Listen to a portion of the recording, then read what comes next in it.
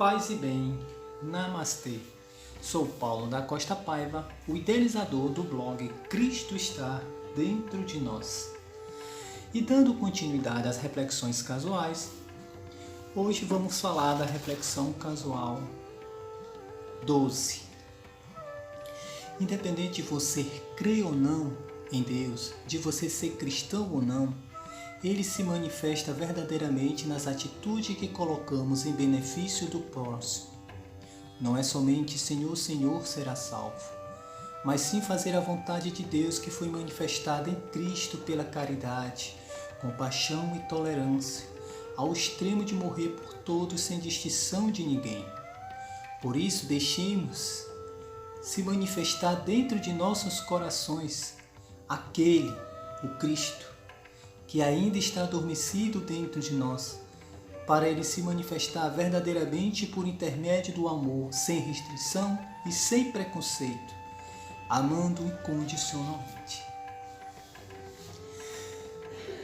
Assim como outras reflexões, desde o começo, falo que não é de minha autoria, mas sim são inspirações na qual capto e codifico, transformando em textos, em pequenos textos que chamo de reflexões. E me vejo na importância de esclarecer as reflexões que às vezes não são tão compreensíveis. E por isso também deixo lá uma assinatura, não como Paulo da Costa Paiva, mas com um pseudonome Paulino Pax. Então, essa reflexão é de uma época que eu era mais engajado dentro da Igreja Católica, tinha um contexto mais cristianizado. Hoje eu tenho uma visão mais ampliada, não tão presa às religiões. Me considero hoje um espiritualista cristão e não necessariamente ligado à instituição romana. E essa reflexão, mesmo baseada em tempos anteriores, podemos reinterpretá-la.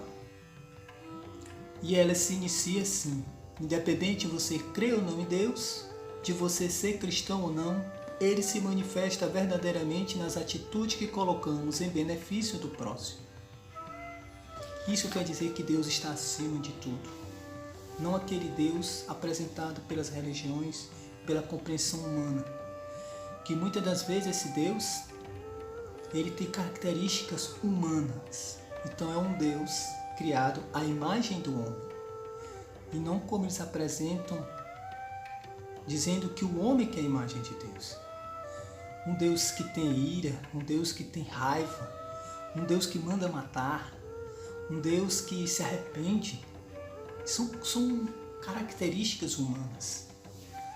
Então a gente tem que se questionar: que Deus é esse? Não que as escrituras sagradas sejam descartáveis ou desconsideráveis, mas a gente tem que ter discernimento, tem que ter uma leitura crítica e nunca fundamentalista da palavra como se fosse suma verdade inquestionáveis. Muitos desses textos sagrados são leituras simbólicas, são alegorias que estão muito além das letras. Então você tem que contextualizá-la, vê-la de uma forma crítica, de uma forma minuciosa, para você ter uma compreensão daquela mensagem. Aí sim, trazendo para o seu dia a dia como um filtro, absorvendo o que seria útil e o descartando o que não tem sentido nenhum para a realidade prática do dia a dia. Então o Deus, o sumo bem, o cosmo, a inteligência suprema, realmente ele está além de tudo isso. E tudo que se manifesta é segundo a sua vontade. E ele está além da compreensão humana. Então, quando o homem busca compreender, ele está buscando limitá-lo. Então isso fica totalmente inviável, ter um diálogo com Deus dessa forma. Não é somente dizer Senhor, Senhor será salvo, mas sim fazer a vontade de Deus, que foi manifestada em Cristo pela caridade, compaixão e tolerância, ao extremo de morrer por todos sem distinção de ninguém. Ele, nessa reflexão, somos convidados a uma vida real, concreta, prática, fugindo de toda teoria, de toda teologia, de uma teologia totalmente sem praticidade, alienante. Temos oportunidade no dia a dia, você dentro de sua religião ou não, dentro de sua ideologia, dentro de sua filosofia ou não, ter oportunidade de colocar em prática e ver realmente se aquela filosofia, se aquela religião realmente na praticidade é aquilo que ele apresenta. A vida é o grande laboratório onde a gente podemos ser aquele verdadeiro crente, aquele verdadeiro fiel, aquele verdadeiro ideal proposto pelas filosofias, pelas religiões.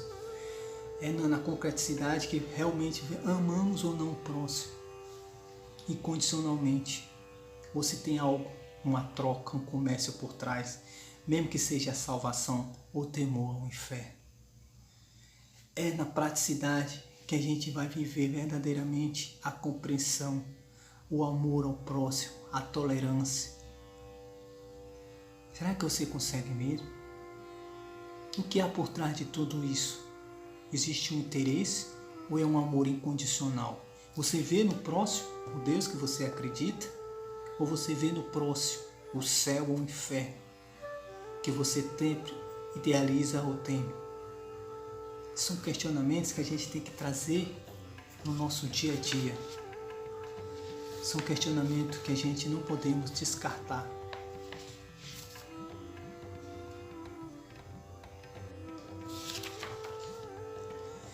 E também ele continua: por isso deixemos se manifestar dentro de nossos corações aquele que ainda está adormecido dentro de nós, para ele se manifestar verdadeiramente por intermédio do amor, sem restrição e sem preconceito.